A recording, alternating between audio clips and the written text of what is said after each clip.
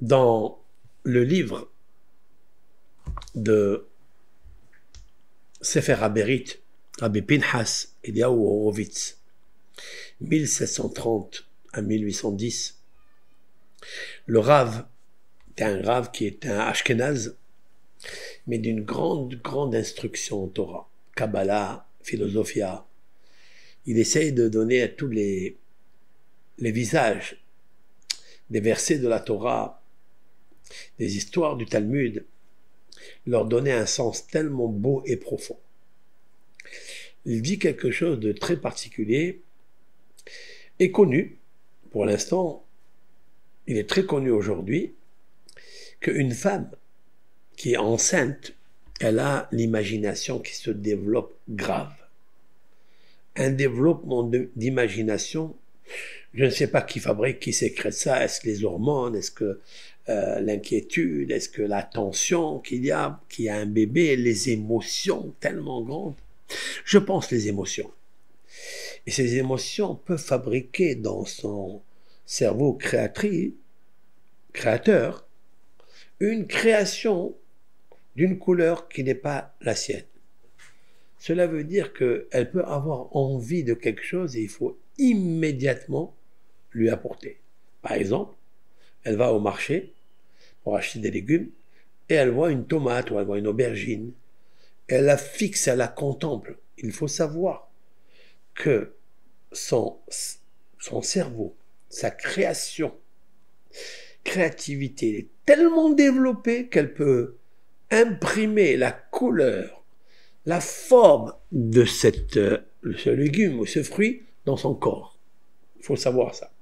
Et que le bébé sortira avec une forme d'aubergine sur son corps. Et moi, je connais des personnes qui ont ça, que leur maman a fait ça et ça a été imprimé dans le corps de l'enfant.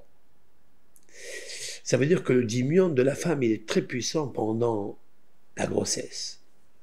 Donc, qu'est-ce que nous apprend de là? Qu'il nous faut faire très attention à la femme enceinte. Il faut être très patient, très méticuleux, très attentionné, que tout ce qu'elle demande, c'est mieux de le faire. Si elle a vu un gâteau, il faut lui donner tout de suite. On appelle ça en arabe touhima. Touhima, ça veut dire, c'est ce que je désire profondément, c'est ce que je vais capter dans mon corps. Et en fait, c'est un Talmud explicite. Il y a un homme marié à une femme et ils sont de peau blanche. Et la femme est tombée enceinte et elle a eu un garçon noir. Ils sont allés voir le codificateur de notre Torah orale, de la Mishnah, Rabbi Yehuda Hanassi, qu'on appelle dans le Talmud Rabbeinu Akadosh, le saint Rav, car c'était un homme très saint, descendant de la descendance de Hillel, de David Amelech, de Yehuda, etc. Et ce Rav leur a dit, est-ce que dans votre maison, il n'y a pas des couleurs noires? Ils lui ont dit, oui, nous avons telle et telle chose qui est noire et tout, et qu'elle se trouve vraiment dans la place où la femme, elle se trouve tout le temps. Alors elle lui a dit, ne t'inquiète pas, c'est à cause de ça, parce qu'elle le fixe, elle le regarde, elle a créé l'impression par son imagination dans le bébé. Donc, t'inquiète pas. Et il lui a dit, tu peux rester avec elle. Il n'y a aucun doute qu'il y a eu Dieu préserve un péché avec une autre personne.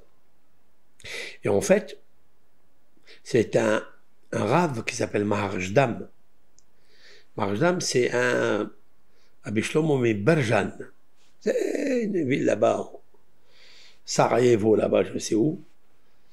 Et ce Rav, il a eu une question un jour très pertinente. Un homme marié à une femme et qui n'avait pas d'enfant pendant plusieurs années. Et un jour, ils ont reçu un des proches de la femme. Et il est resté là-bas un peu de temps. Et après cela, elle est tombée enceinte.